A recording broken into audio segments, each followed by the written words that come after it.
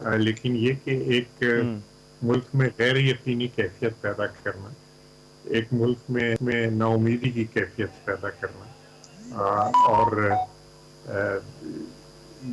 یہ مجھے اس قرارداد کا مقصد لگتا ہے. اور بڑی بات یہ ہے کہ نہ صرف یہ قرارداد قابل مذمت ہے، بلکہ جس طریقے سے اس کو لایا گیا خفیہ سازش کے ذریعے، تو یہ سینٹ کے وقار کو مٹی میں ملانے کے مترادف ہے.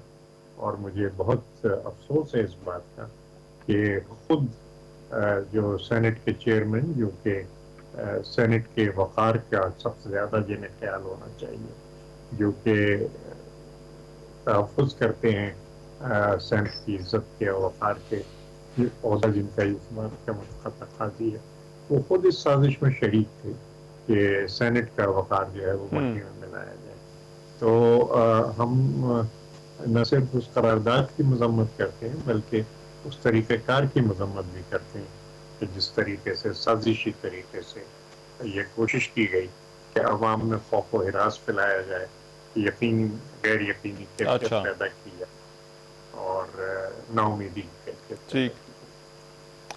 لیکن تاج حیدر صاحب، اب دیکھیے اس پر بحث ہوتی ہے کہ پارلیمان کیا کہہ رہی ہے. سینٹ ظاہری بات ہے وفاق کا نمائندہ جو ہاؤس ہے، ہمارا ایوان بالا ہے. آج سینٹ سیکریٹریٹ سے اس قرارداد کی منظوری کا نوٹیفیکیشن بھی ہو گیا. عدالتی فیصلوں میں بھی کہا گیا ہے کہ پارلیمان سے جو آنے والی آواز ہے ان کی بڑی اہمیت ہوتی ہے. آپ کے خیال میں کیا اس سے کوئی فرق پڑتا ہے؟ کیونکہ باہر طور پر اگر دیکھا جائے تو یہ آواز تو ابھی تکنیکی طور پر تو سینٹ ہی کی آواز ہے جہاں سے قرارداد منظور ہوئی.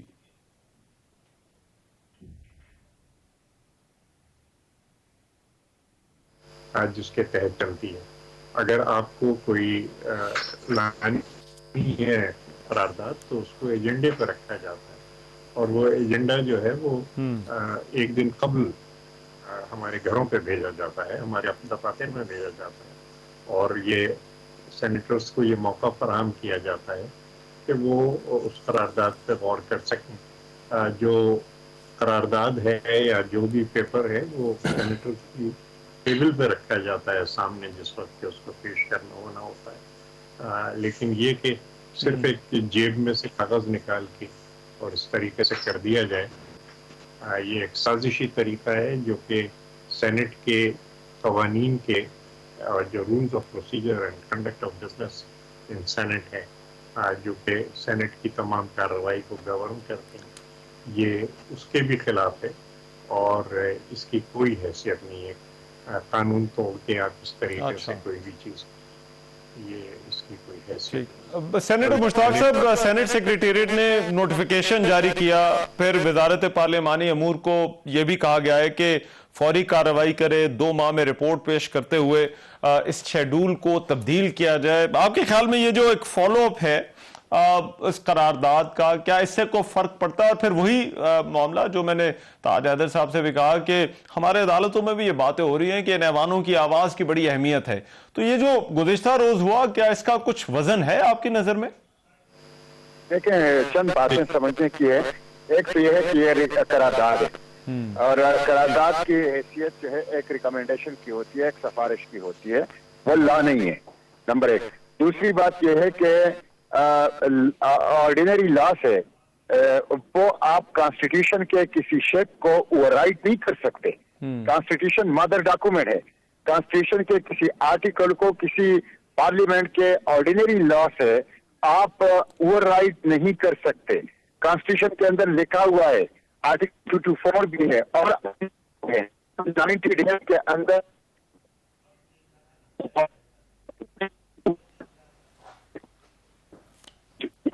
باری ہے کنسٹیٹیوشن آف پاکستان ہے.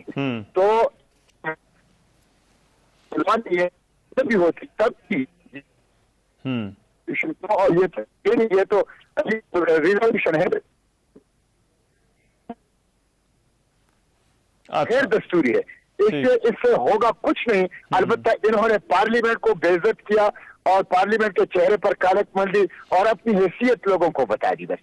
ٹھیک ہے تاج حیدر صاحب، یہ جو دو آرگومنٹس کل سینیٹرز نے ریز کیے، ایک دہشت گردی والا اور بڑھتے ہوئے واقعات، اور دوسرا موسم کی سختیوں والا، اور انہوں نے خاص طور پر بلوچستان کی بات کی، کے پی کے کچھ علاقوں کی بات کی، تو آپ کے خیال میں کیا ان فیکٹرز کو کسی بھی طور دیکھا جا سکتا ہے انتخاب کے التوا کے لیے دلیل کے طور پر؟ یہ لوگ کیسی باتیں کر رہے ہیں میری سمجھ میں نہیں آ رہا، کیونکہ کچھ مٹھی بھر افراد جو دہشت گرد ہیں وہ کیا پورے آئین پاکستان کو اور پاکستان کی جمہوریت کو can they keep democracy and constitution hostage کہ جی ہماری مرضی سے یہ ہوگا؟ اور یہ آخر اگر یہ خوف کا اظہار کیا جاتا ہے، آپ سے کہنا چاہتا ہوں کہ خوف، یہ نا امیدی، یہ ایک ڈسپونڈنسی جس سے چاہیے، یہ سب سے بڑی یہ زہر قاتل ہے کسی بھی قوم کے. ہوسٹیج نہیں رکھا جا سکتا کچھ دہشت گرد سے اس طریقے سے ہوسٹیج رکھیں اور وہ کہیں کہ نہیں جناب حاکم آئین جو ہے وہ ہم نہیں مانتے، جو بھی قانون ہے اس کو ہم نہیں مانتے. جی ٹھیک. میں سینیٹر مشتاق صاحب، کیونکہ تاج حیدر صاحب کے کچھ کن کا ایشو ہے، سینیٹر مشتاق صاحب یہ موسم والی بات جو انہوں نے کی اور پھر یہ جو واقعات کی جن کی بات کی، ان کو آپ کس طرح سے دیکھتے ہیں؟ اور پھر آپ کی جو قرارداد ہے اس کے لیے آگے پھر طریقہ کار کیا ہوگا؟ کیونکہ شاید سینٹ کا اجلاس، and correct me if I am wrong, غیر معینہ مدت کے لیے جو ہے وہ ملتوی کیا گیا ہے. دیکھیں، ایک تو یہ جو آپ نے دہشت گردی کی یا امن و امان کی صورتحال کی بات کی کہ اس کی وجہ سے یہ انتخابات کو ملتوی کرنا چاہتے ہیں، تو یہ کام تو دہشت گرد بھی کرنا چاہتے ہیں. اور اگر یہ کام نگران حکومت یا کچھ سینیٹر یا کچھ پس پردہ قوتیں کر رہی ہے تو اس کا مطلب دہشت گردوں کے ساتھ ہی ہے.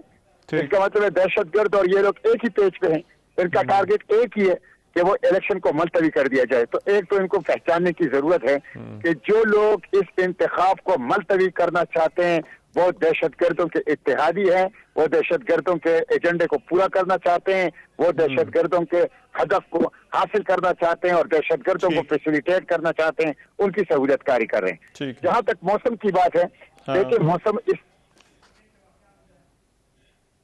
اگر زندگی کے باقی معاملات وہ روزمرہ کے امور اسی موسم کے اندر انہی حالات کے اندر جاری رکھا جا سکتا ہے، تو انتخاب جیسا ایک اہم انتہائی دستوری تقاضا قومی وہ کیسے پورا نہیں کیا جا سکتا؟ اس کی بھی کوئی حیثیت نہیں ہے. جہاں تک میرے ریزرویشن کی تعلق ہے، میں سینٹ کا اجلاس انہوں نے بلانا ہے اس لیے کہ سینٹ کا دستور کے مطابق 10 دن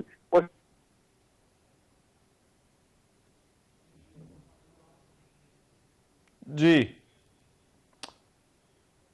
میرا خیال ہے سینیٹر مشتاق صاحب سے بھی ہمارا رابطہ منقطع ہو گیا ہے. سینیٹر مشتاق صاحب ہمارے ساتھ موجود تھے، سینیٹر تاج حیدر پاکستان پیپلز پارٹی وہ ہمارے ساتھ موجود تھے، اور دونوں ان دلیلوں کو اور ان معاملات پر بات کر رہے تھے کہ جس میں سینٹ کی قرارداد میں یہ کہا گیا تھا کہ انتخابات کو ملتوی کیا جائے، دہشت گردی کے خطرات ہیں اور موسم کی سختیوں کی وجہ سے جو ہے وہ ان کو آگے کیا جائے.